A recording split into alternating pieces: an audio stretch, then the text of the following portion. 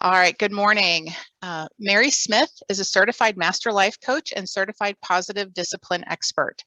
Her professional life focuses on helping parents shift their parenting perspective through learning about how kids' brains and their own work.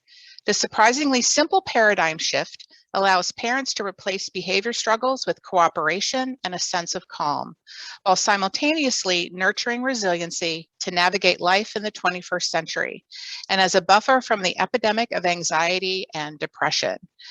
Mary lives in Northern Virginia with her husband, 4 daughters, 2 dogs, and 8 chickens. Life is busy, but there's always time for Bikram yoga, hiking, coaching youth lacrosse, and trying to bake the perfect sourdough loaf. So welcome, Mary, and thank you so much for joining us today. Thank you so much, Mary Beth, and welcome everyone.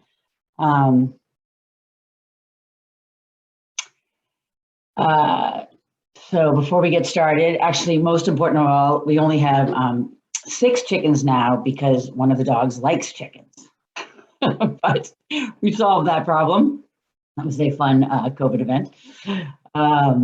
So that's some of our hectic life at home.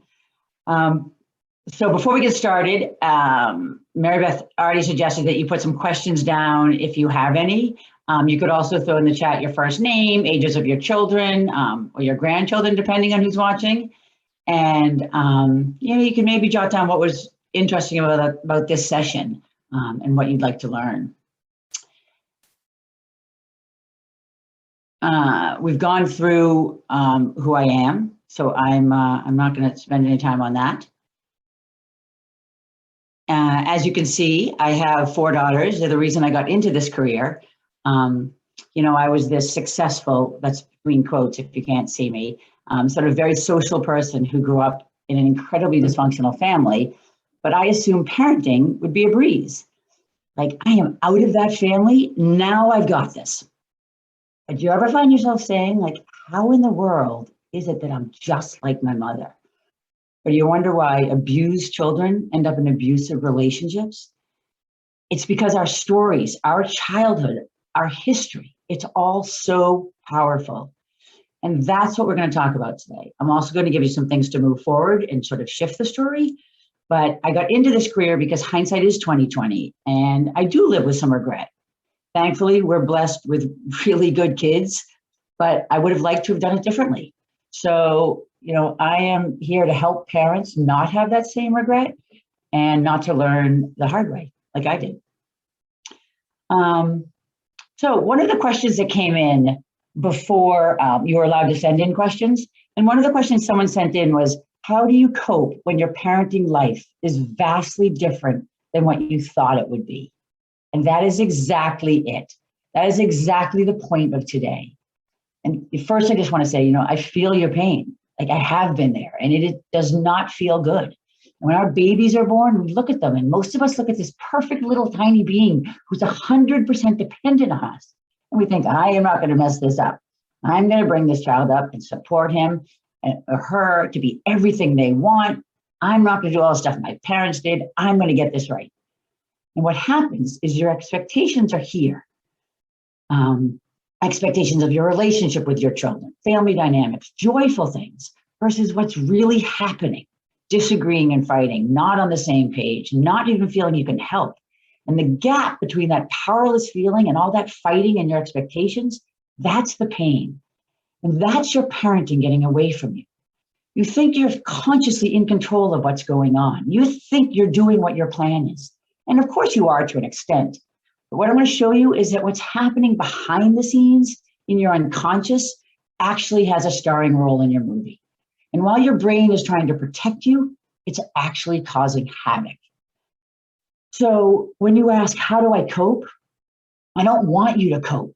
I want you to start over, to start from a blank slate. The attachment literature proves that you can always start over and kids will always respond. No, it's not always easy. It's not going to happen overnight. This isn't a try these 3 things and all your problems will disappear.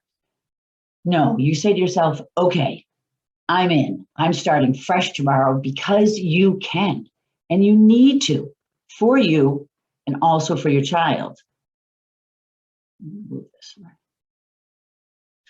I'm sorry, I'm just trying to fix my screen. My objective today is to get you to look at your reactions differently, to walk away with an awareness of what might be going on when you are caught in that cycle of parenting that feels lousy.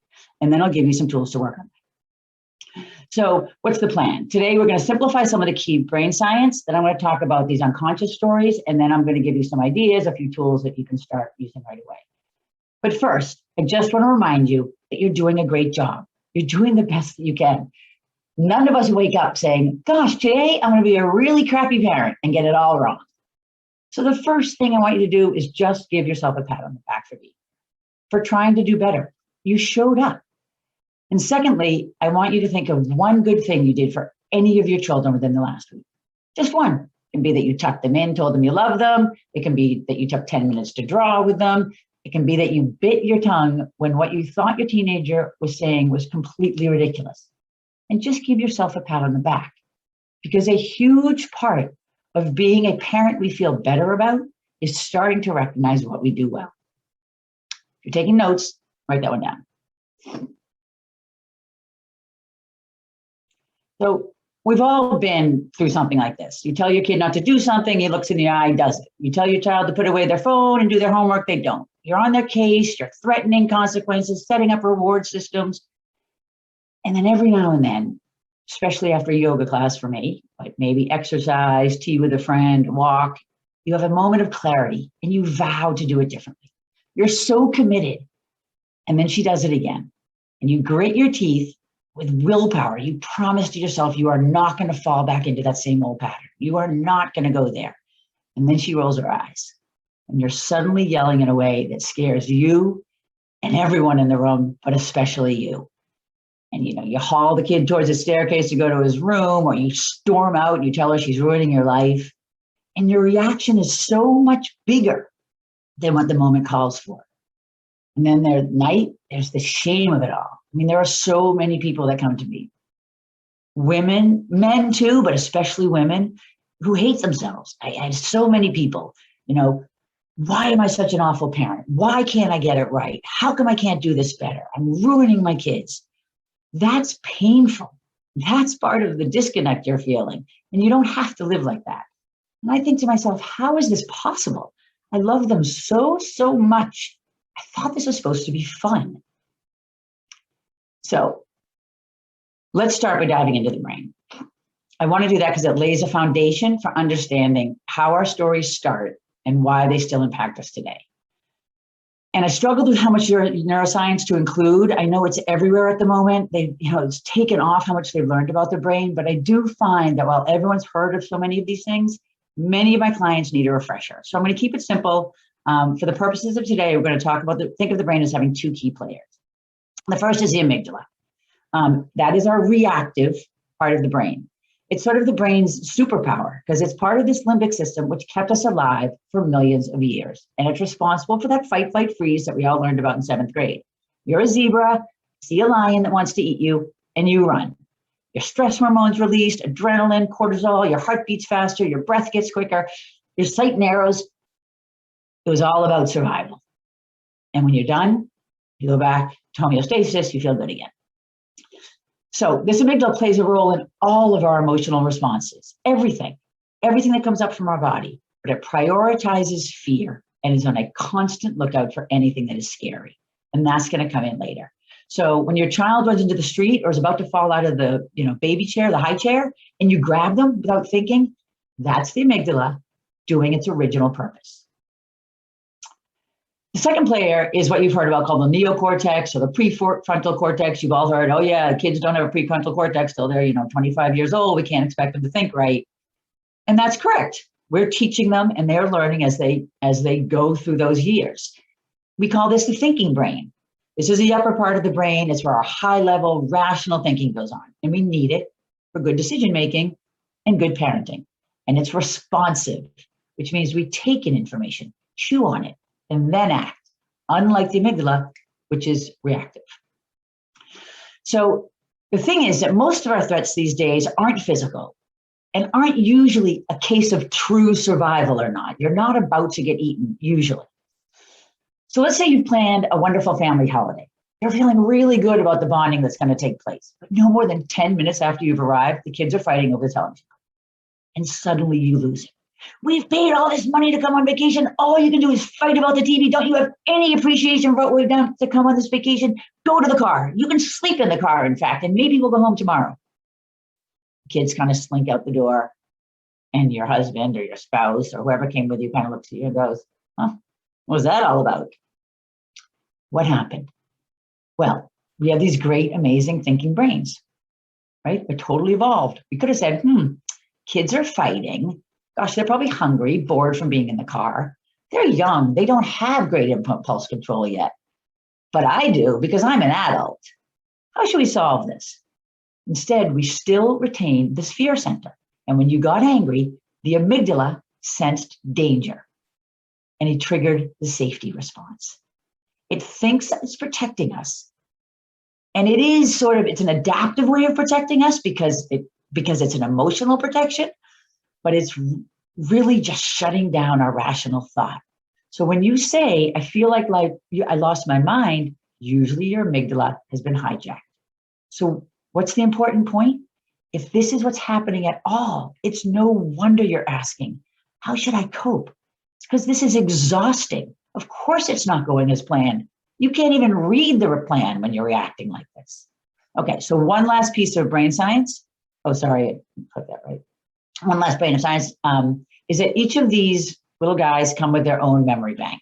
And remember, I'm simplifying this. But when we're very young, under 5, 6, 7, everything that happens to us, the birth of other siblings, the fights that parents had, fun things, scary things, big moves, scary things parents did, all of those get downloaded into what's called an implicit memory.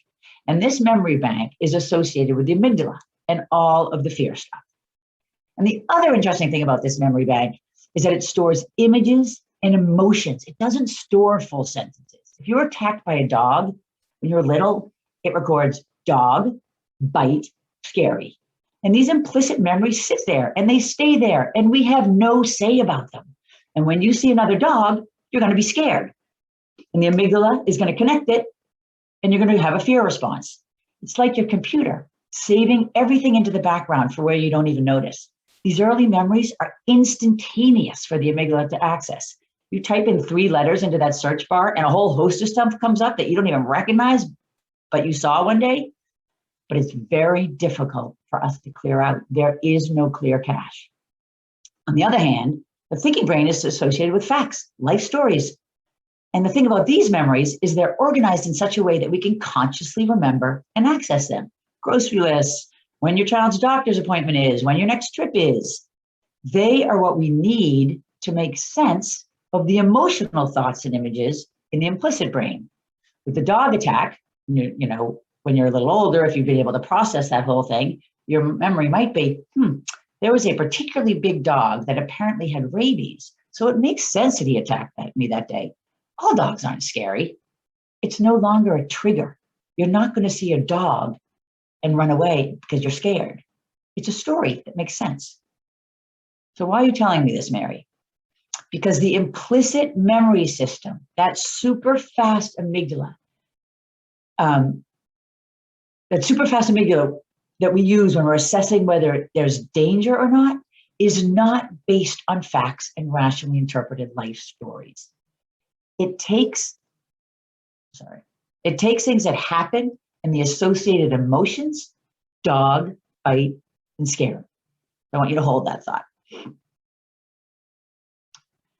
So I think of myself as having a backpack that can't really see, but it's always lurking.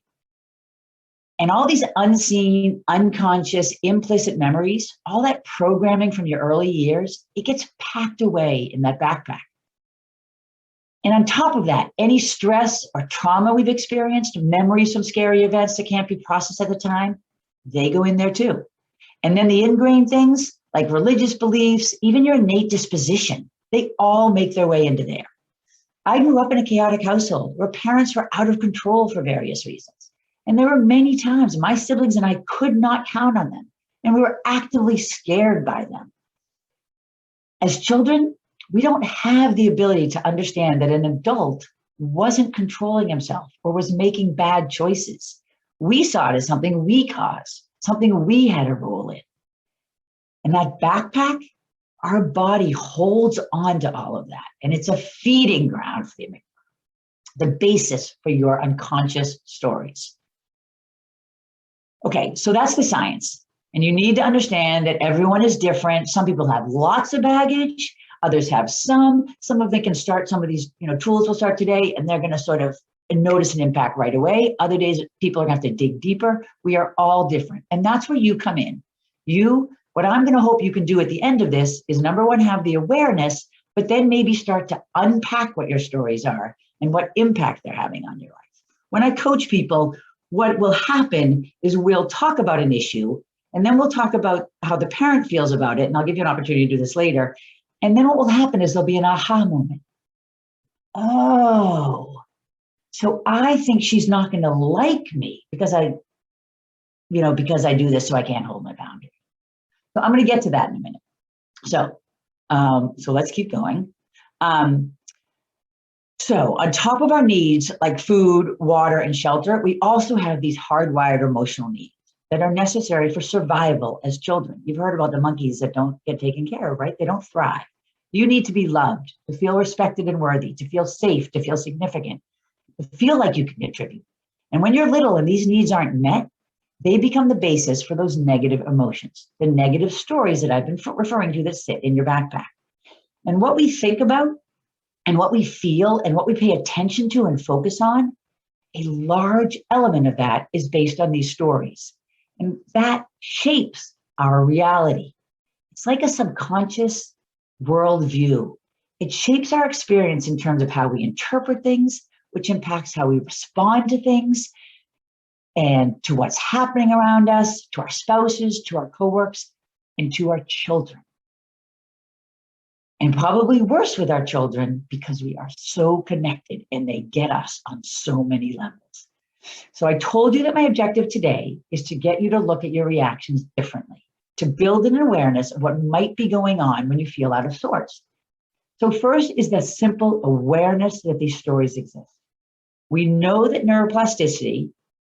with neuroplasticity, we can change our thought patterns that have been playing and replaying for years.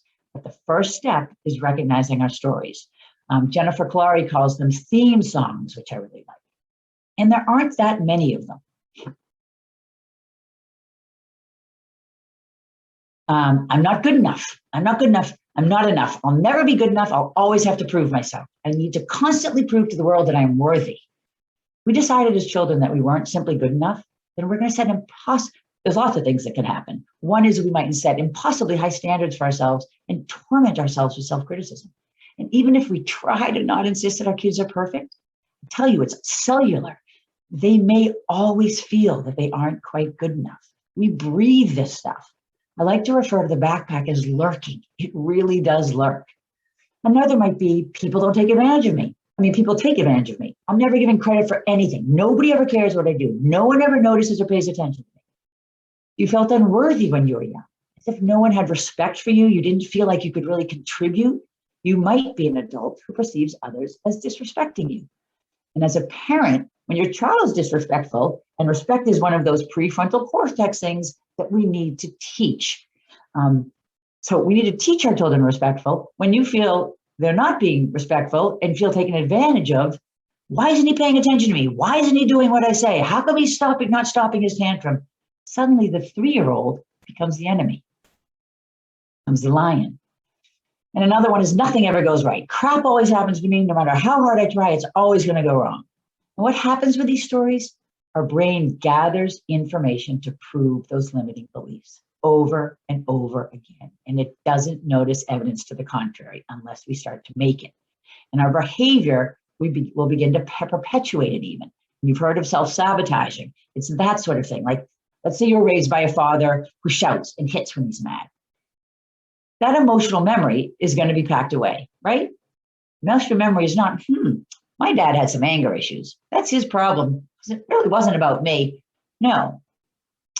One story could very well be, I am a bad person for making my father so mad. I can't have done anything right. I'm a bad girl. Then the brain looks for opportunities to prove that you're bad and to prove that you're the problem, because that's what the brain does. And you might end up marrying someone who's critical and violent. And what does that prove? That we're bad. And that's why he's critical and violent. That is the problem with our brain. I love this iceberg because what it shows is that without realizing it, our stories are driving how we respond to our children. They're usually buried way below the behaviors and the reactions that are more obvious to us, as well as these surface level thoughts that are going to be easier for you to get a grasp on. For example, I am worthless might be under a surface belief of, I cannot let my child be disrespectful. Or everyone takes advantage of me might be under the surface belief, I can't let my child have power and control. You're doomed because now you are constantly in a power struggle, especially if you have a sensitive kid. Okay, so I've given you some questions to think through on the worksheet, on the handouts. I don't have time during the presentation to go through all these different things on the worksheet, but on this one, I just want to tell you, you should start with your gut reactions. I am, other people are, the world is, and write down what comes to mind. I am no good. I'm not as smart. Other people are so mean. Other people take advantage of me. Just write them down and then work through the following two questions, because those will be things you're more used to. Those are the things that you're saying to your children and you're thinking a little bit more. It's closer to the conscious brain. And you'll start to figure out your story. You can be a mixture, but usually we have one that's the loudest. Notice that.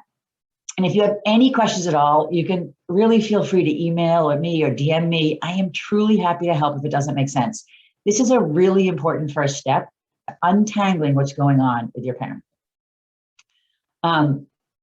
So I'm going to go back to it. It is so easy to be 100% convinced that the child is the problem. But any time you lose it, that's a sign that you're overreacting and you're triggered. And the definition of being triggered is that old stories from your backpack are stirred up and they are associated with that survival and fear, right? With the amygdala, and the amygdala sets off the danger alarms. Right? These memories are associated with your survival, your emotional survival when you were young.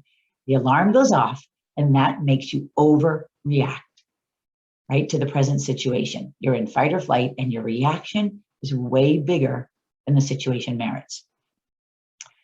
And what happens? Your thinking brain goes right out the window.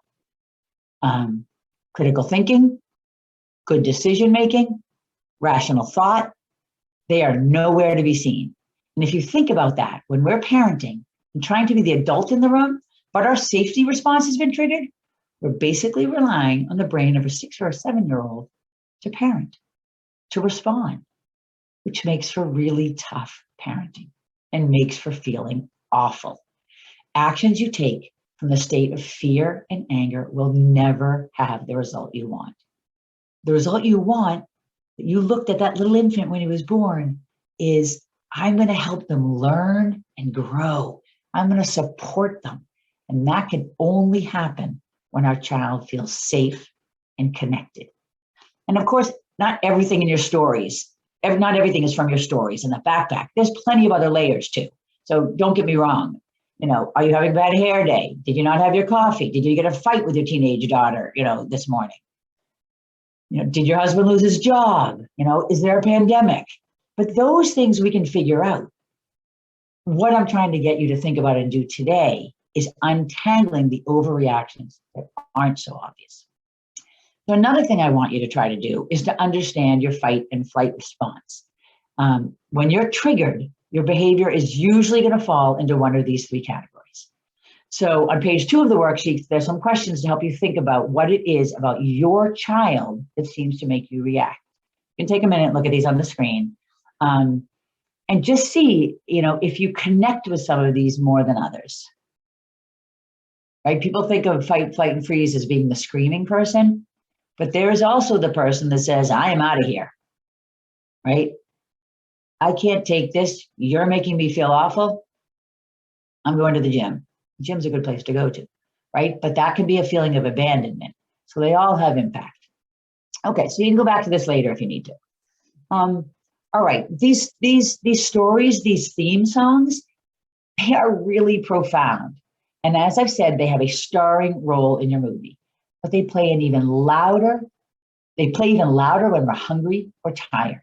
And it's worse when we're stressed, hurting. You come here because you're hurting, they are worse. Or if you're worried. And when we're feeling threatened, it's even more intense. You are no good to anyone if you're not rested and giving yourself some self-care. And I know, like, we hear this all the time.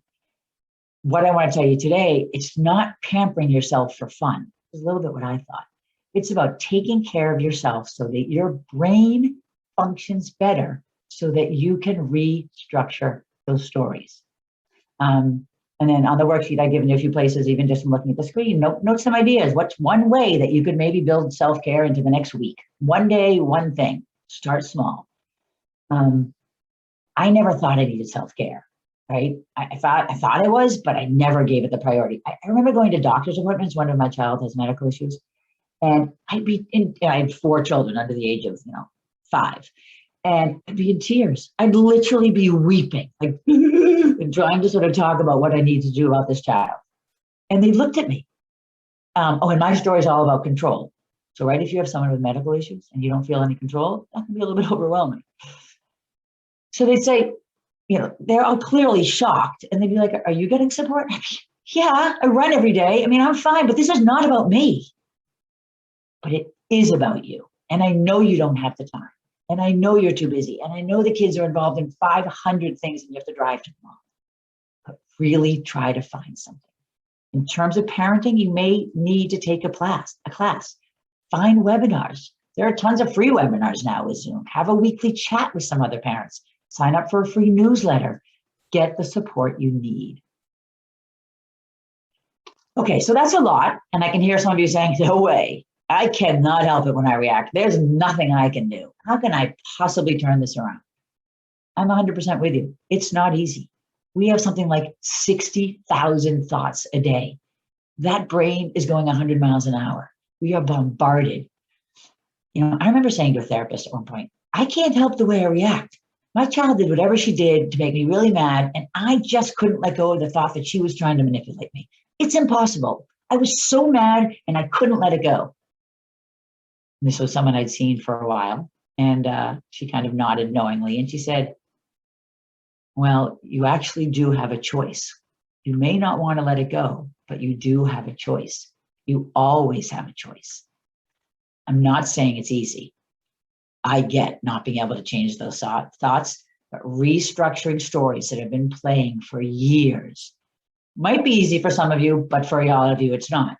But we know through the neuroplasticity of the brain that says we can change how it wires through practice and redoing it, that by challenging those stories, we can rewire and change. But there's this quote, right? That my page is not turned.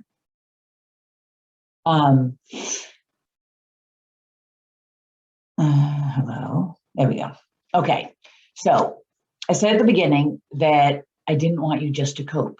I want you to start afresh, and you can take baby steps, one thing at a time. So I'm going to give you 3 different things. Really, it's 2. The middle one is just kind of a support system to getting you to the second one that will help you start over, to help start rewriting that story. I'm going to repeat myself. You can always start over. And the woman that asked at the beginning of the presentation, how do I cope? You don't have to cope. There can be a good story here. Okay, please click. The first is the repair. You can always repair, always. Thanks to the plasticity of the brain, your child will always respond to positive nurturing.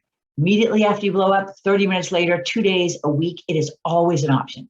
So after we've blown up or stormed out or holed ourselves up in a room or had some kind of overreaction, apologizing gives us this amazing opportunity to reconnect because it establishes trust. And trust opens communication, and that's what's missing.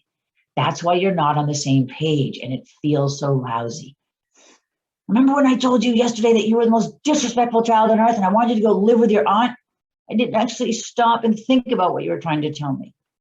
You simply go back and you express regret, that you took out that frustration on her, and you take some responsibility for your part. And I would say probably 50% of my clients think apologizing somehow demeans their role as a parent, but it's not. You are not saying that whatever part they had in it, that they left their backpack on the floor, that they stayed on the phone till 3 a.m, you're not saying that that's okay. And we still have to deal with that. But in this moment of the repair and the apology, we're doing something different. We're not rehashing it. We're not groveling for their sympathy, and we are not giving up our parental authority. So what does that look like? Come on. Sorry. So let's take a simple example. You've had a long day. You just can't get your child, whatever, to brush his teeth and get into bed. So you end up yelling at him. And then you ultimately pick him up, you plop him down his bed, and you tell him he can't get out of bed. He can go to bed without brushing his teeth, and he's not allowed to come out. You sit at the door so he doesn't move. I do have a place on the worksheet for this, just sort of for you, if it gives you a place to think through these 3 steps on your own for something maybe that triggers you. I've done a couple of them on the screen. So one option in this particular case is to decide that the child and the toothbrush was the problem. It's such a hard day. Everything at work went wrong. And then you wouldn't brush your teeth. It made me so mad. It's at the end of my rope. So I yelled at you. I know I shouldn't, but wait till you have kids. Wait till you go to work every day and your kid never listens. You'll yell too. No personal responsibility, which deep down doesn't feel good. When you say, I don't feel good about my parenting, that's a clue. No regret, which I'm sure also doesn't feel good. We've just used our child, that little one that we told we were going to do everything for. We've just used them as a scapegoat because we can't control our emotions. So we don't have to look at what's really going on. That's not a criticism. We all do it. These are the things that are making you feel lousy. So when you talk about your parenting not being what you expected, this is a great opportunity to start that shift. And it shows up all the time. I like to look at blow up as an opportunity. It could be, hey, I wanted to talk to you about last night. And you have to wait till you're ready. Don't do it right after if you're not ready. I don't know what got into me. I had such a hard day and everything at work went wrong. And I know it's not your fault. And I wish I hadn't taken it out on you. I am so, so sorry. I really have to work on my reactivity. And then what I really like to add is sort of an opportunity to say, you'll try harder. You'll brainstorm how to avoid it next time. You are sorry you blew up. You'd rather be teaching them how to have a good nighttime ritual that gets them into bed. So let's think of some ways that you might be able to brush your teeth without me reminding you. Or do you have any ideas for how I might not yell? I really do think the apology is one of the easiest and one of the most impactful. So if you're on board, you got to start that one right away. That moment of the apology, it's almost worth it, right? It's such a connective moment. And the whole situation from the blow up till now goes better. And kids, I've been told by therapists, kids tell them all the time that it's extremely powerful when parents go back to them and really hear them. And they do an honest repair. They take responsibility. And kids, they learn more from what we model, which is really depressing, than what we teach. Worded correctly, you are teaching them that being reflective and accountable is a really good thing. And those are life skills that you want for your children. And it's easier to hear their perspective when you're not in the middle of that craziness. And this is when you connect. This is when your story shifts, because when you're connecting and they feel good, it's the love hormones, right? The good opioids that are released, not the shame ones and the fear of flight ones. And so that's a bonding moment, which is the next piece of turning a new page.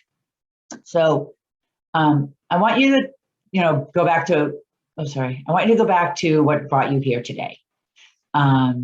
If you look at those, you might think, yeah, this is why I'm having a bad week. And, the child's been doing this wrong. He won't do his homework. He's doing this, they're doing that. I got too many presentations at the office. And some of that might be true, but more likely you're having a feeling of the pain of disconnection caused by those actions. Think about it. If you've been grumpy irritable, absent, and worried, your child is probably feeling or could be feeling unloved, shameful, resentful, sad, like even worried themselves.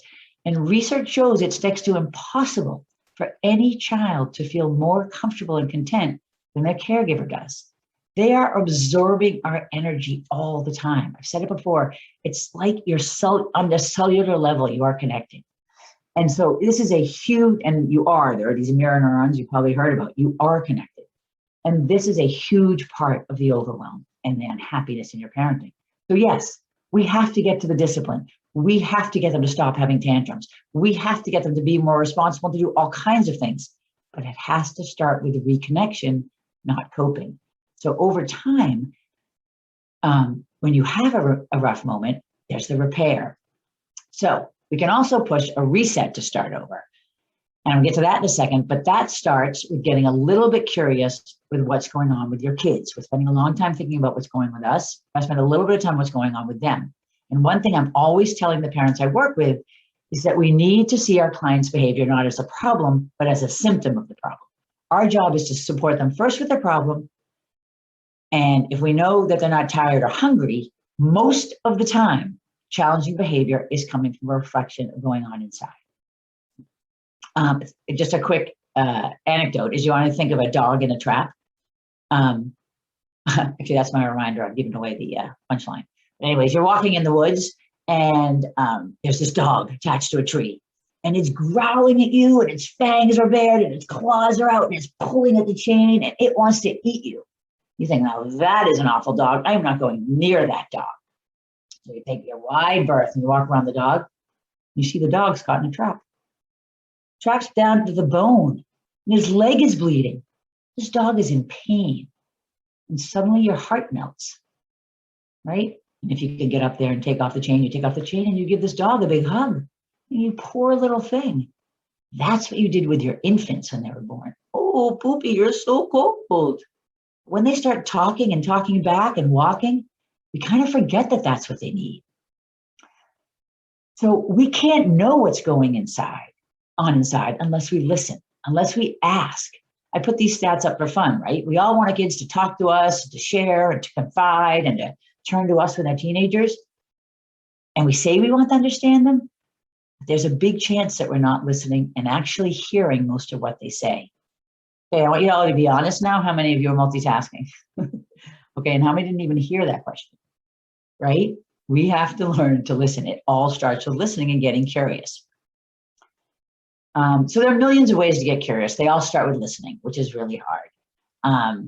I can do a shout out for my micro-step minutes here. I send something once a week and you can find other people's, just give you a 1-minute tip of what you can do today to start building those brain muscles to be connecting with your child. But what I want you to think about now is try to think about the issues that brought you here and then think about why it might make sense that your child is doing what he's doing. Why it might make sense that dog is growling. For example, if you're having a problem with getting your child to do homework, what are the reasons that might make sense for that? He's really overwhelmed, doesn't understand as well as you think. He's got a very hard time concentrating at home because the siblings are making noise. She doesn't think the teacher cares about her. He's not feeling seen and heard by you. You're doing everything from him all day, but we aren't stopping for 5 minutes to really get him. So this is a great way to get attention. Negative attention is better than none.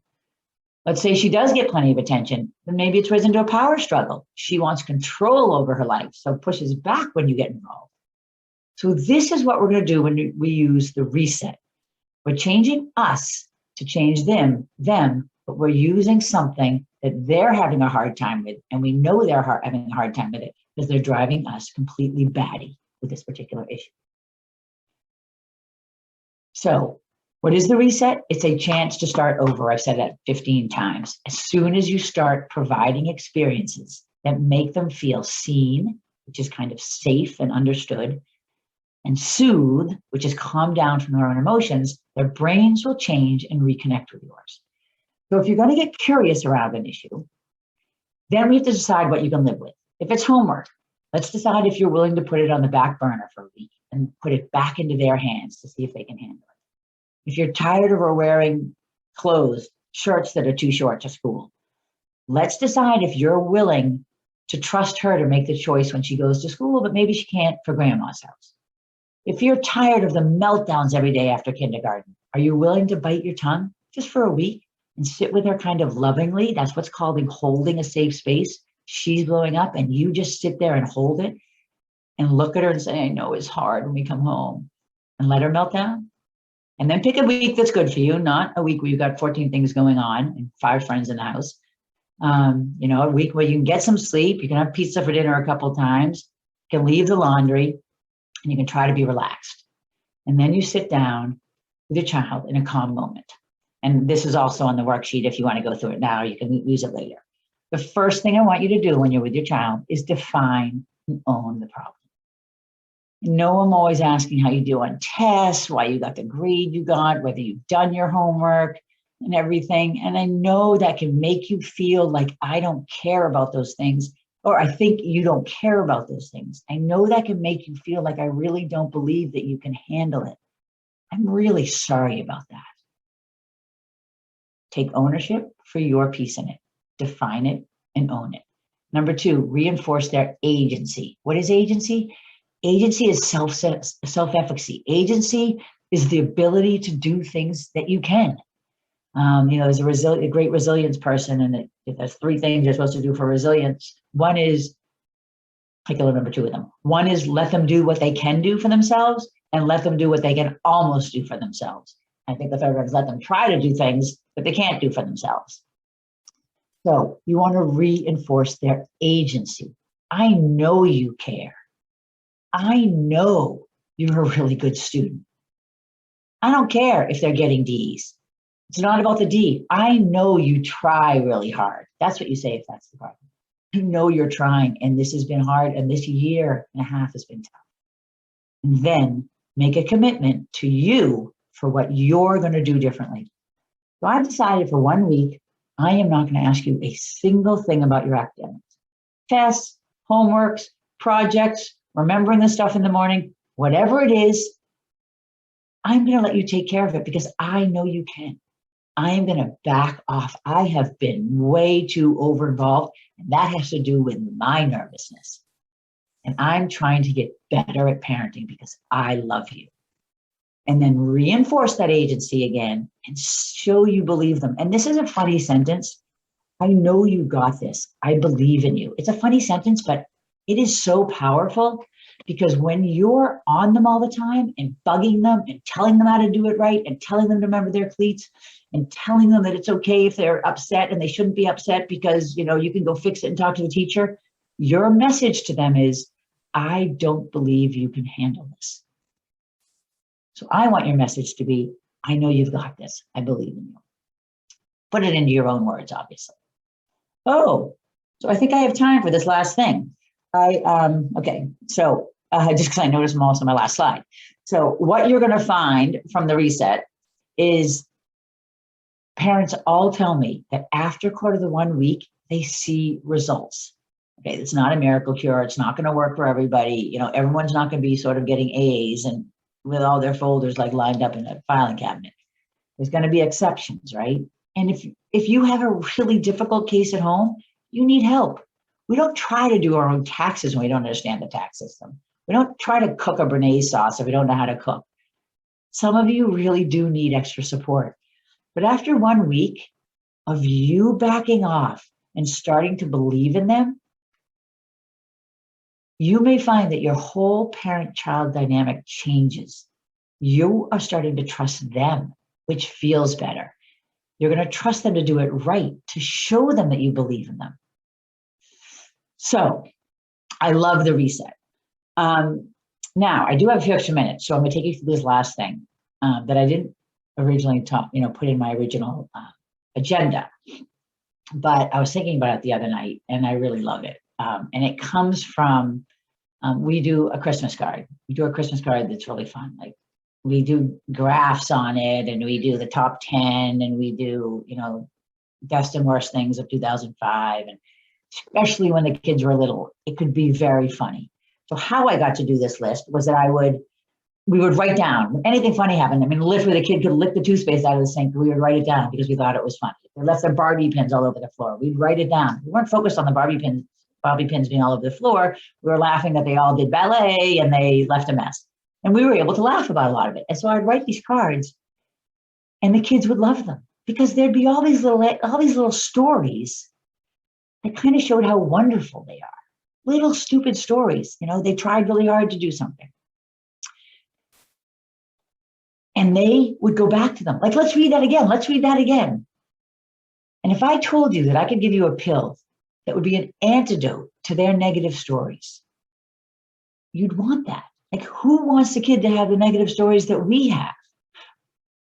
In fact, I'm going to read this question now that someone asked. Another question that someone wrote in was, how do we rework the relationship when the child doesn't want to allow a closer approach? How do we protect the child from life when trying to prevent her from making the same mistakes or developing the same self-esteem issues as a parent? And that's a great question because we do pass, I can't think of the word for it. We do pass on whatever we have, like it's just intergenerational. The only way to stop that cycle is to start restructuring our stories. So I don't have a pill, but I want you to think about two things. The first is, without going into the brain science, just trust me that we have a negativity bias. And once we decide that our child is disrespectful or messy or forgetful, all we do, just like in our stories, is gather evidence to prove ourselves right. You ever notice that if you buy a red car, you think, gosh, isn't that strange? Everybody seems to have bought a red car. That's because you've tagged something in your brain as important. And now your brain is noticing all the red cars. It's the same with things that bug us about our children. You forget homework. Oh no, you forgot your homework. Again, left his backpack on the floor. Again, he's rolled his eyes. Again. And the second thing is, that was number one, right? We have this negativity bias. Number two, our kids are our expectations. And you should write that one down too. It's just one of my favorite. They do what we can believe they'll do, which is why the reset works. You know that you have that one good child who only seems to get it right, who only seems to get better. And then that other one is just spiraling out of control. And it's like, how did we ever have Johnny? Like, if we didn't have Johnny, think what our life would be like. I know we don't mean that. And that's because we're expecting it of the child who's doing well. So when she's nice to her grandmother, you kind of notice and you say, oh, you're such a kind and respectful girl. So proud of you. And they feel good and you feel good. And there's all these great hormones and they repeat it. So negativity bias, but they're actually our expectations. So how about focusing on what you want? How about focusing on what you want and start to notice that? So even if they're not what you want them to be, you can notice it. When the kid looks at you, and that's other kid, when the brother Johnny looks at you and says, the Christmas present grandma gave me is really pathetic. Instead of saying, don't you dare be so disrespectful. She spent time and energy and that cost $20. I'm taking that away from you. You can't have it for a week. You could try. I know that you're such a I know that you're such a respectful child. It's sometimes hard when we get a present we don't like, but I know, sure you know that it was kind and she probably just wasn't sure what to buy you. I mean, half the time I don't know what to buy you. Should we thank her anyway? And this serves two functions. Now your brain is seeing the good, which is going to make you feel better about your child. And your child is going to start doing those good things more. Of course, those are your expectations, and we're going to see more of it. And you're building positive stories for your children. Imagine if these were the stories that were in your children's backpack, and maybe they were just a little louder than our good stories so that we could access them a little better.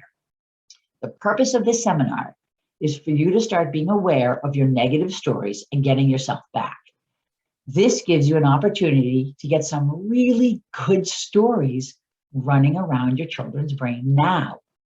while they're young. And this can be an anecdote to letting their negative stories go around that train track over and over and over. And it is an anecdote to depression and anxiety, which is a bailiwick for me. It is an epidemic among young teens and adults. So what if you wrote down 3 positive things about your child every night? We'll get to that every night thing, because I know you can't do that. I wanted to find this picture to put it up on the slide. I literally had these books for my kids, and I really wish I'd been better at them. I mean, I would do anything to go back to those little books that I tried to start. There was some nice things about them. But of course, I was trying to write 3 paragraphs about how wonderful they were every night. And I literally have one where the pen goes down the piece of paper and off the page, because I literally fell asleep while trying to do it, because I was that tired. So we'll get back to the every night thing. But what could they look like? I loved how you shared your truck with your sister today. You really tried hard in soccer today. With tweens and under, depending on your tween, it is a no-brainer. You can feel a little awkward starting the story. Reach out to me if you feel awkward. I'll give you the wording to start, but you can start this. It's just a no-brainer.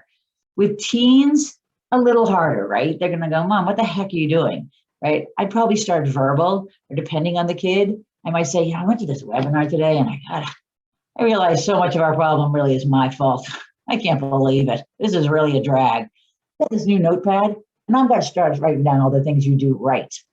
Because they said that if I notice what you do right, I'm going to feel better. This has nothing to do with you. In fact, they noticed this morning that you got yourself to school on time and you took all your homework. What was that about you? And now, and I promise you, the younger ones are going to be like, can we go back and read that again? Can we go back and look at that again? Can we look at last night's? They're going to enjoy doing it. And at the same time, hopefully you'll take 1 minute, 10 seconds to say to yourself, look at me. I'm doing a good job. I am here trying to do something to build good stories in my child. Because I'm trying to restructure my stories. Good job. And compassion, self-compassion, which I hate, to be very honest, but is critical to feeling better. Your amygdala has no temporal reference. It has no idea whether your mother's talking to you, whether the babysitter's talking to you, whether it's a memory, whether it's something you're imagining, or whether you're talking to yourself. When it hears, I am sorry for your, that's what I use, because I don't like compassion. I use, I am sorry for your suffering. And when I know I'm really down and I couldn't get, stop being mad at my daughter and I had to apologize, I'd be like, I would tell myself, and that comes from a meditation by Tara Brach, that if you want to know, just write it in the chat and I'll get it to you. It's a great meditation, I think. And you don't even have to be a meditator. You should just listen to it once. And instead of having to say, oh, I love you, you're such a good person, I would say, I'm really sorry for the suffering. And what that does is it releases all these great opioids, happy drugs, and you feel better. So back to the writing it down every night. Let's say you can't do it once a night. That's way too much. Plus you got 5 kids. How are you supposed to do that? Let's say you write it down once a week. You write 3 things once a week. They are not defined. I was really proud of you putting your dish in the dishwasher and doing your chores you were asked. These can be tiny things. At the end of the year, you've got 36 great things that kid did. At the end of 10 years, you've got 360. Start today, start small. Do it in your 5-minute special time that you're going to start doing with your kids, which I didn't cover today. But what I did for you is, because my biggest problem is I'll go to Amazon and I try to find the notebook to use for my kids. And I'd be like, okay, there's 950 new notebooks. Which one do I buy? To make it really easy for you, if you're anything like me, type A, crazy, overextended, I have this notebook that I found. I think it costs like $6. I don't even have the exact price of me. It's under $6, maybe $6.20. I'm not doing this to make money. I'm doing it so that you walk out of here today and you can start this. It'll be delivered in your mailbox in the next few days. And literally, you can go to my website, marysmithparent.com, and on the front page, there's a place that says start the adventure. If you click on it, it's a really ugly page. You just put in your name and address, and I'll follow up with you. But I added this because It's not self-reflection woo-woo stuff. It's not a big reset, which I know all of you can do, but it might be a way to start because we love to do things for our kids. We love to make sure that they'll be better. So that question, how do I rework the relationship and prevent them from making the same mistakes that I did and developing the same self-esteem issues that I did? Your book, every time you write in it, wants to say, I was so proud that you just showed up at soccer practice today. It can be really hard going in with a bunch of kids you don't know. I was really happy how you practiced your kick, even though you missed it 3 times.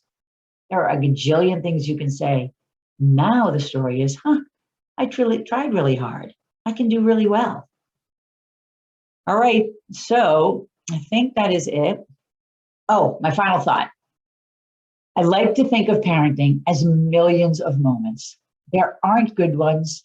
Well, there are good ones and there are rough ones, but I don't want you to think of them as good ones and bad ones. They are just parenting moments. They are ups and downs. Some days we wake up, we feel good. Some days we wake up, our back hurts. You need to understand that's all just a part of the journey, of the adventure. No judgment. Learn, which is what you're here doing. Repair, because it's such a great opportunity, and move on. You will do better with more awareness and less guilt and shame, which is the compassion piece. And you need to practice. You know, it's not simple. Nobody said parenting was easy. I thought it was going to be easy, but the truth is it's hard. And kids bring out these really deep things that are no fun to unpack and look at. But you just need to practice, practice, practice. Rome wasn't built in a day. This is not Amazon Prime, get it in a day. This is hard work. Start small, just lay a brick. You got this. So I think I'm gonna hand it back to Mary Beth.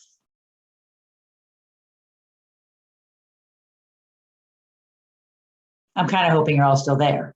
Erica. Hi, Mary. Thank you so A much. few. Erica Deem picking up with the questions. We are thrilled to have had this opportunity to reflect with you and appreciate your feedback. So the first question that we received today was, what do we do when we can stay calm mostly, but the child is stuck in a limbic reaction, responds with nastiness, screaming, refusal to try to develop coping strategies or try to breathe and calm down? How do we help her to figure out how and want to get through these big emotions without losing it, hurting herself, literally hitting herself, being mean to others, and eventually to talk about what happened once she works her way through it after an hour or more? So that's a big, very detailed question, but I think a lot of parents can relate to that. When there are big emotion, big reactions on our kids' ends, how can we support them, model that, help them get to a better place? Yeah, so is this the test like sink or swim? That is a big, big question. You know, that's why someone comes to me, right? Because that's when I talk about there are big issues and little issues. That's a big one. I have no concern that your child will get there and we can get them there, but it is a big one. You're talking about a lot of stuff going on. So there's, I think, a couple things, and if I get to the end of it and I haven't answered it, I want you to, you know, just be specific, but a couple things I'm just going to throw out there. The first thing is to try to, I think my first thing is, okay, you have a really sensitive child. And sensitive doesn't always mean what it seems to mean. Sensitive means they're really aware of what's going on and they feel everything on a really deep level. And they often come with, because of that anxiety and that sensitivity, of wanting control. And control for a child is getting control over their world. And if we're not giving them good ways to have control over their world, they are going to fight back with a power struggle. What does that look like? Not eating their peas, not using the potty, yelling at you, kicking you, running away from you. And the other thing that I want to add, and it was really good, I heard in the beginning of your question, sometimes we can maintain our calm. So that, hang on to. That is really important. And that is, that is your biggest tool. The fact that you can do it some of the time is already enormous, because a lot of times we have to start with the parent. So, I'm make sure I remember what I was saying. So they're really sensitive. So the first is to try to figure out where it's coming from. Is it that they feel they're not getting enough attention? And this is really just an attention getter. Let's assume that they're rested and they've eaten, right? I'm assuming that we've covered that. Are they trying to get attention, or is this a power struggle? Either way, I think with a young child, we're going to start doing it from an attention standpoint. So you're telling me this goes on for an hour. You are going to take some time where you can sit through that for the hour. So the first thing, when we talk about a child feeling safe, what safe means, it's like holding them in this emotional container. So when they're having that blow up, and you can hardly do it if they're kicking and screaming. I mean, I think if they're kicking and screaming, we might have to ratchet it up a bit. You might have to say, we're going to need to put you in a safe place. And you're going to have to turn the bedroom into a safe place that they can't get out of. So you're not abandoning them, but we're shutting the door. I mean, we're shutting some kind of gate or something. But you're saying, I need you to be in a safe place so you don't hurt yourself.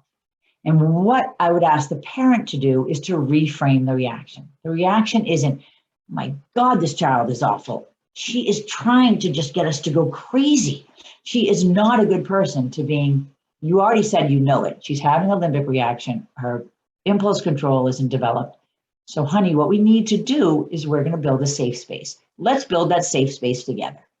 So now you have a room where you can put her and she can't hit you. And you said she's 5, so we're not talking about a teenager.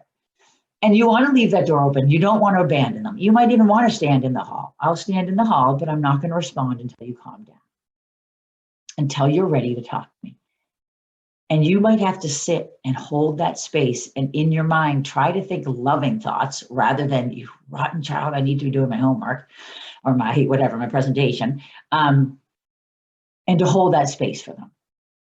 So that's the extreme, and that's sort of where I would go when there's really a lot of dangerous behavior going on. And I think like this is the one I would say, if you don't know how to do your taxes, it's hard to do it on your own, but that's step one.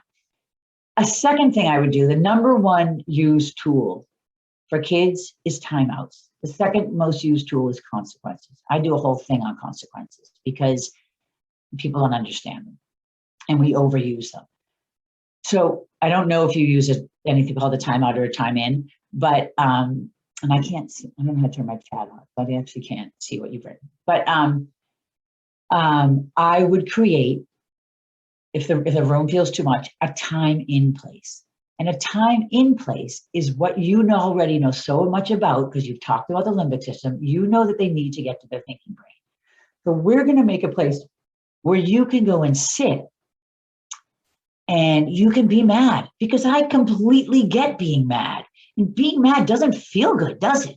I mean, it is awful to feel bad. And then you have her pick their things. Maybe you buy something new. Go to the dollar store and you find some cuddly toy that you're going to call the time in toy. And 3 of her favorite books would not do anything to do that has to electronics. And something that she can use to soothe herself.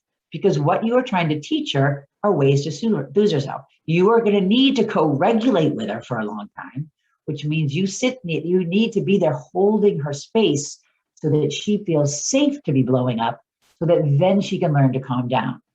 So I really like the idea of a time in. And a third thing that I am presuming you've heard, and if you haven't, you can put it, like throw the question down in there and give me your email, and I'll send you some things for it. Dan Siegel talks about connect before you correct. And if you've heard about it, I'm sure there are people that haven't. And basically when he talks about the amygdala, he talks about us flipping our lid. So, this is your brain, this is your amygdala, everybody's working together. And when we lose it and we're out of control and we're kicking and screaming, we've flipped our lid. And now the amygdala is no longer talking to the brain. And this is a great tool that I use a lot with parents, and I have them come up with, a superhero that the kid likes, or someone used Elsa, and Elsa, the name of the Frozen. Anyway, someone used Elsa, and that was a way to teach them what was happening. And kids love that kind of thing. And then you have a way to refer to it. You have a way to say, oh, honey, you flipped your lid again. We got to find Elsa. Maybe you have Elsa sitting on, your couch, your bean bag. I personally like the concept of a bean bag and a blanket, a weighted blanket if it's a kid that needs it. And what the Dan Siegel concept is that when you flipped your lid, you have to connect first before you can ever correct them. And from the sounds of your question, I'm sensing you know that, but connecting first is saying, oh, I would be so mad too if I'd been at school and I got home and I just didn't feel like being at home, or I was just mad at my mother for not being with me all day, or I had to put up with my little brother who I can't stand because he takes all my attention. I totally get that. What's that like for you? That's your curiosity piece. And then you really have to bite your tongue. And then later, at a different time, we talk about how can we correct that. And now I'm dying to tell you a fourth thing, which I use, and it totally depends on the child, but I love this one, is let's use the issue of this. Child comes home from school and blows up. And let's just assume that's your problem. That's the one you're trying to deal with. If you have a child that's, well, especially a sensitive child, actually, she's a power kid. They want to get things right and they want to be in control. So then on a Friday night or some night when you have time and you and your spouse or your partner or your mother-in-law, or whoever it is, are sitting there and your child's name is Jane, you say, you know what? Jane came home from school the other day and she was so well behaved. She followed all of the rules and she didn't yell at me once, even if it didn't happen. Or maybe if it hasn't ever happened, you say, I was thinking about Jane because I know that she can come home from school and not get mad, but sometimes that dumb brain gets in our way. You know what? I have some M&Ms here.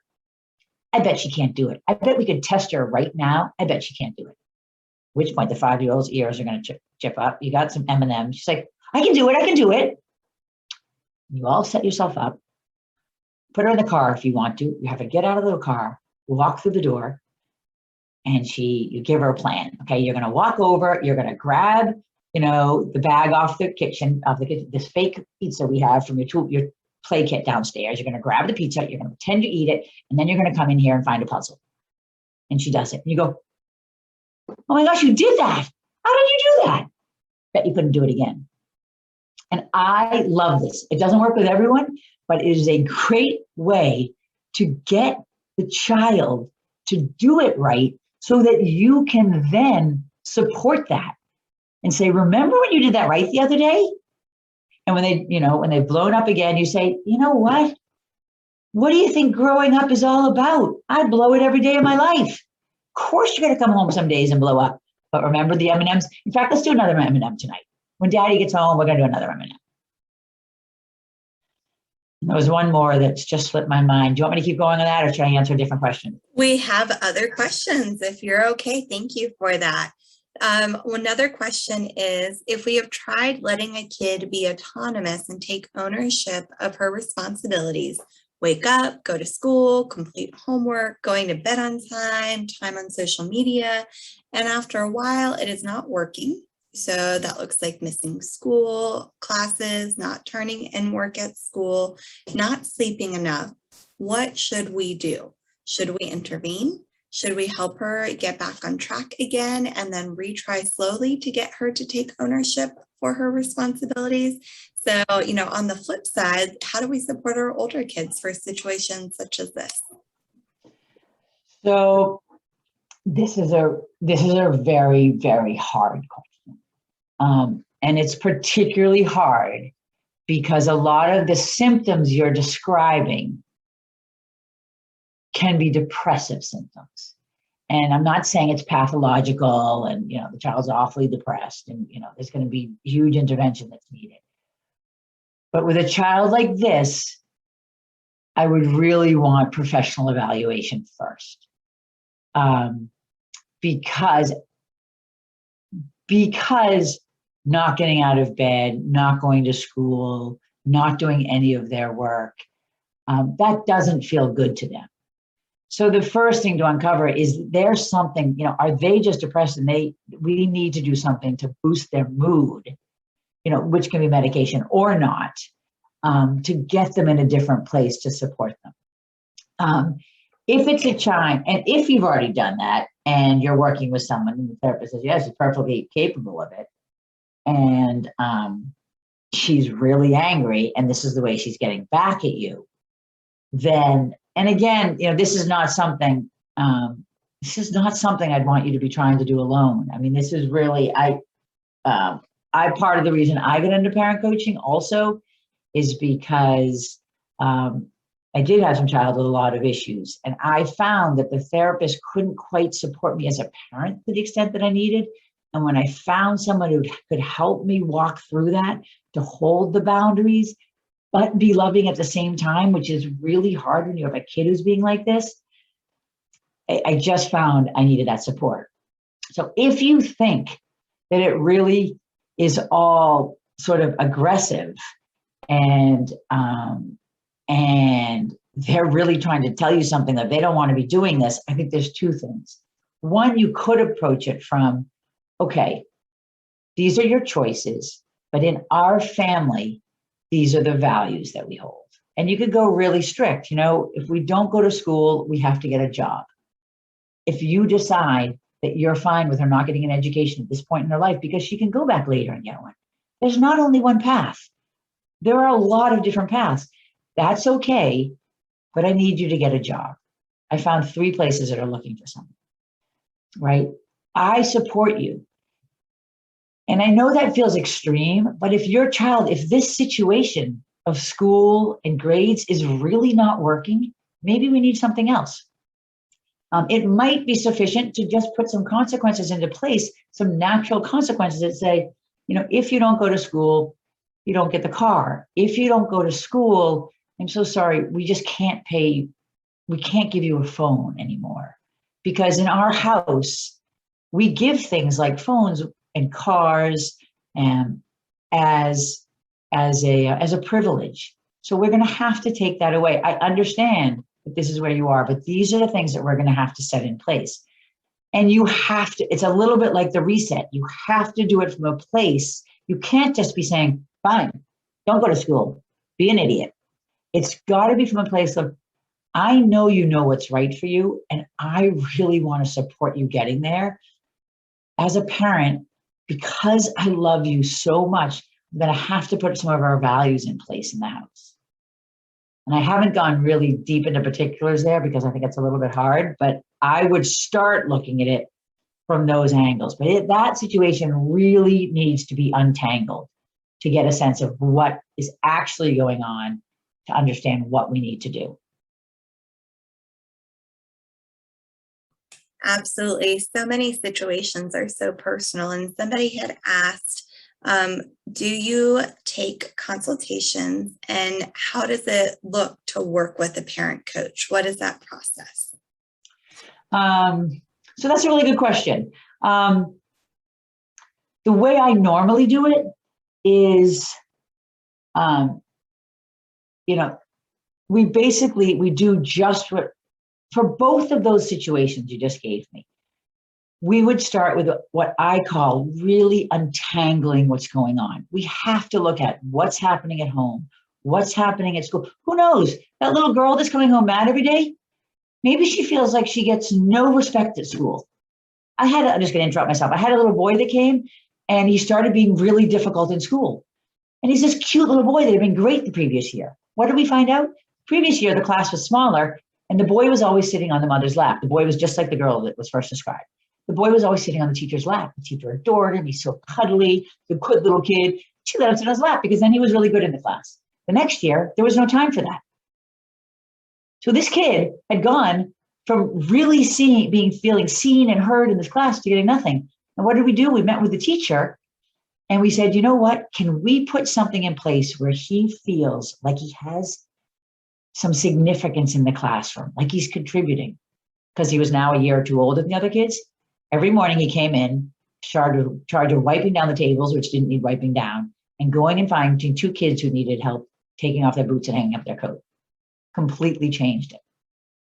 So the first thing we do is look at all pieces of this. What's going on with the parents? What's going on with the kid?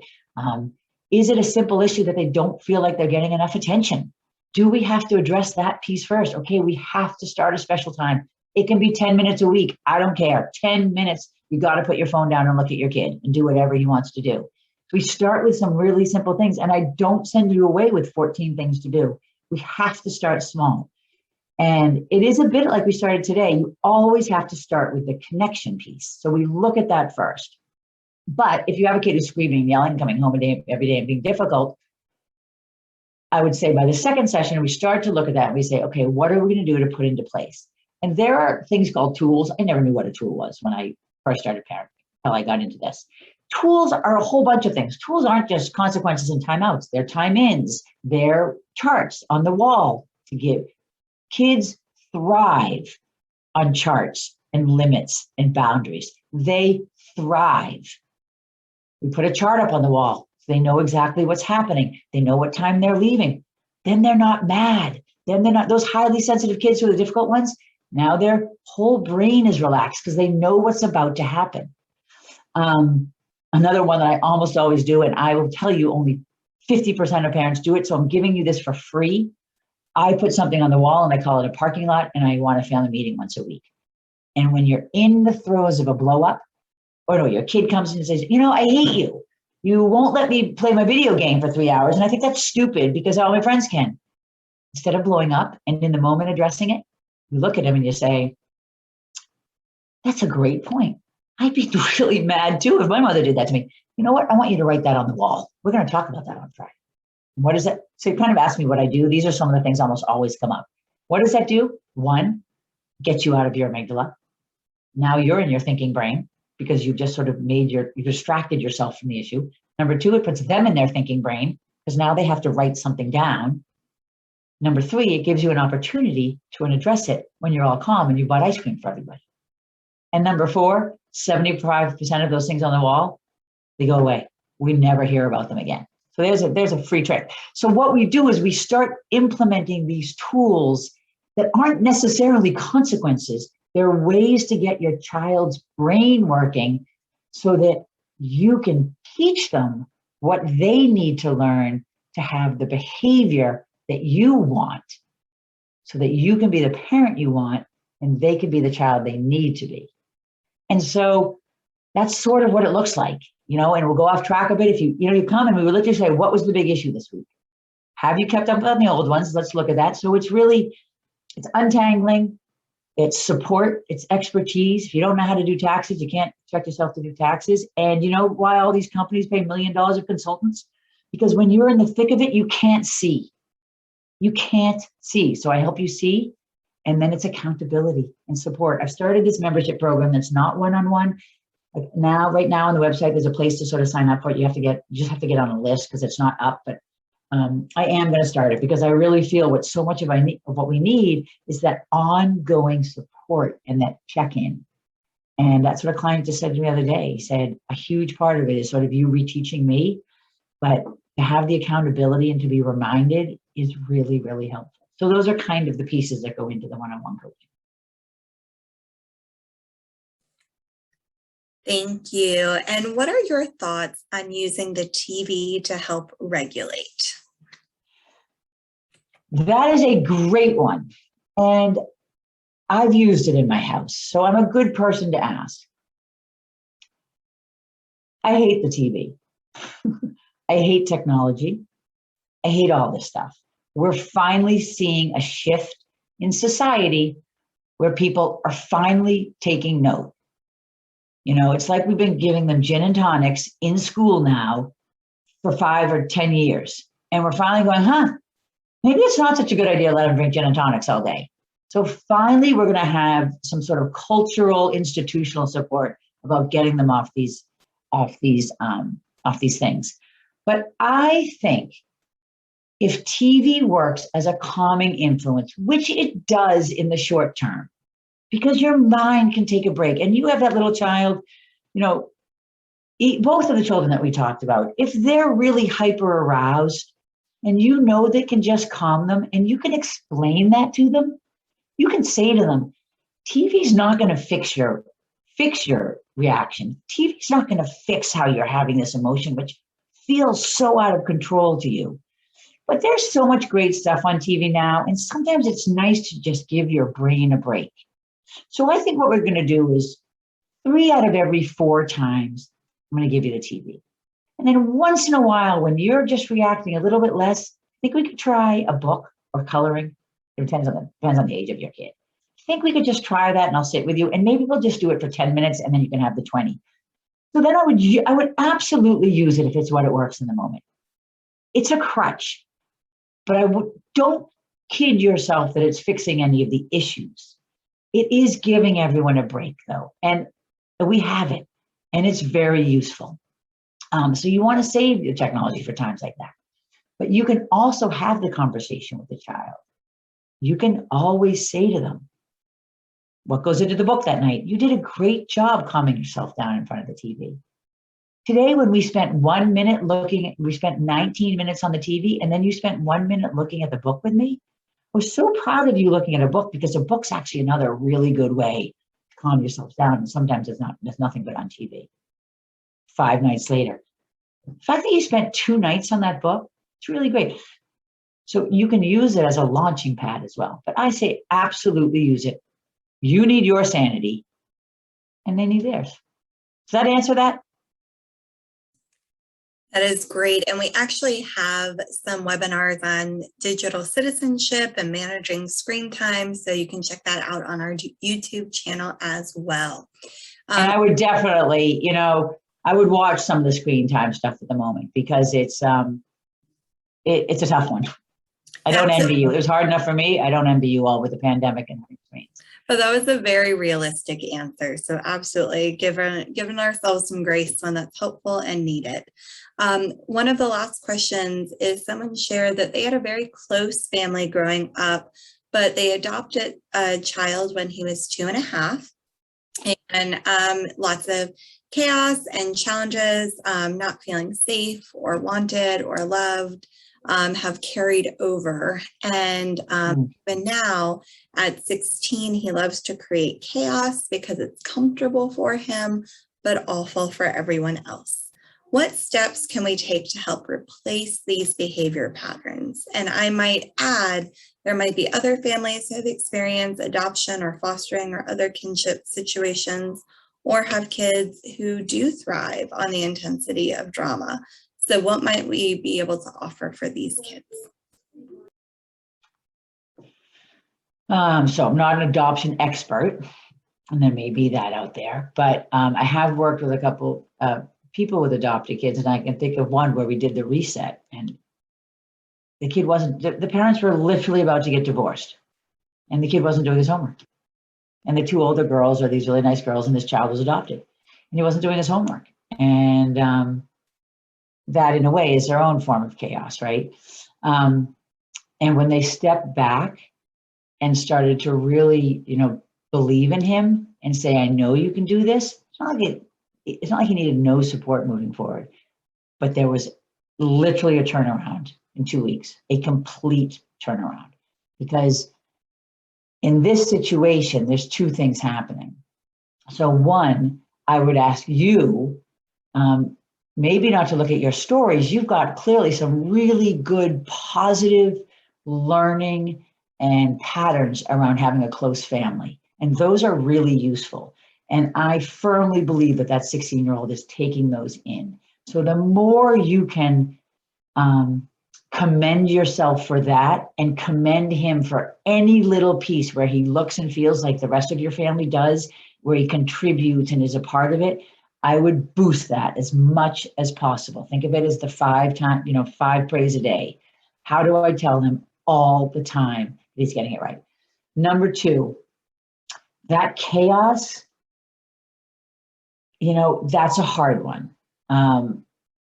I have a chaotic brain, right, from my own dysfunction. And some of us, it is much harder to restructure those stories than other people. And I said that during the presentation. Some of you, it really won't be hard. You'll set a reset. You'll start apologizing. You'll see a real turnaround, and especially if you keep it up. some kids, they've got such a story going back there that's painful. And his chaos is a way for him not to look at that pain. Now that's really therapy. That's not necessarily what I'm doing with the child. I'm assuming he's had some therapy. If you can afford therapy, I think, and I would use cognitive behavioral therapy, because what we want to do with him is start to change his stories so that it's not so painful when he's calm. Because my gut, and this, I'm not, take this with a grain of salt, my gut is when he's calm, those stories are louder. I'm no good. My parents didn't love me. I'm unworthy, whatever that is. And so a great opportunity at the age of 16 is how to teach them how to restructure thoughts. And that's what CBT counseling does. It teaches them how to change that thought pattern. And it's much easier at 16 than it is at 40. If you're not doing that and you have any interest in that, feel free to reach out. And then otherwise, I would say, my gut is you're doing a lot of the right things because you seem to have this history of calm, happy family. So boost that, right, to whatever extent possible, and do some of the things we're doing here. What message are you sending when he gets upset? Because when he gets upset, if you are thinking, oh God, if we didn't have this child, and I know you love this child, and should be very careful about saying this on like a webinar like a pizza, but if it ever goes through your brain, God, if he wasn't here, it would be so calm on this vacation. And you don't like yourself for thinking it, and you don't really think it, but it pops into your brain. It's like a neon light on your forehead because they get us.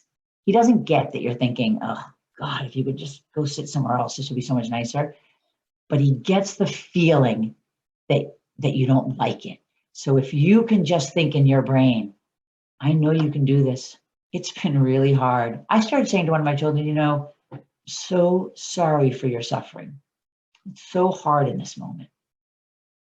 And if you could make yourself think that, you do pass that to them. My child who's had issues with some emotional stuff, she'll literally look at me because she's basically far past me now in understanding all the stuff. She's like, Mom, I'm just looking for empathy. Could you just say that you get how hard it is to be here when my two sisters are doing this and I'm not? So sometimes making yourself really get into the shoes, and I'm just going to add this because he really needs empathy. And I don't know if we're not having a conversation, so I don't know if you're providing it or not, but everybody should watch this. There's a 2-minute, really cute video. And maybe Mary, you could put this in the chat. It's Brene Brown, Brene Brown. A lot of you have heard of her.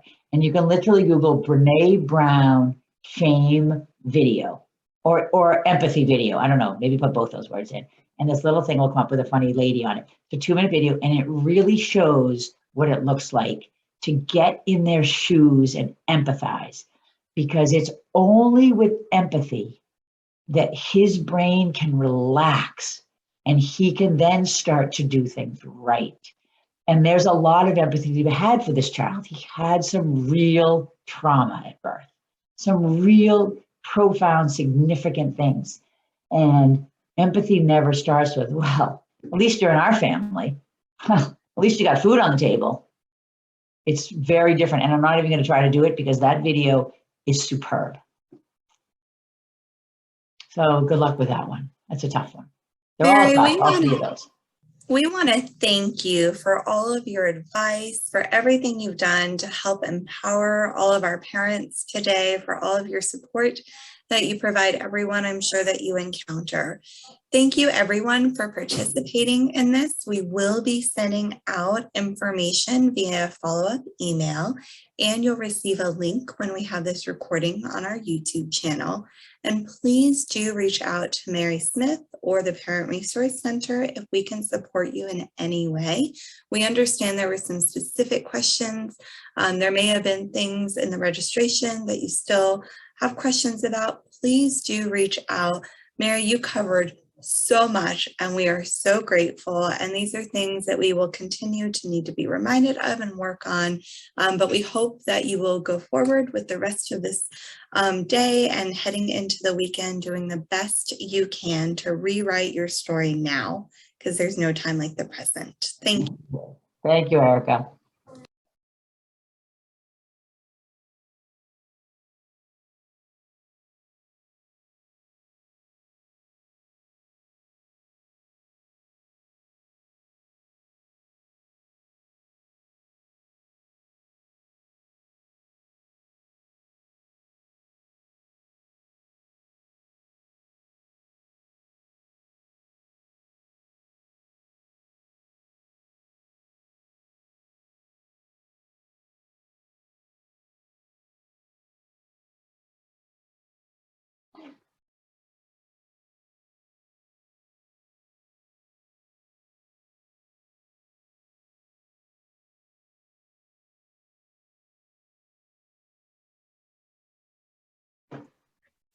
Mary, this is Lisa. Can you do me a favor and go to participants on the bottom? Yeah, You see Lisa Millman? yeah. Can you make me a co-host? Right click my name maybe, or there we Try go. that. Thank you.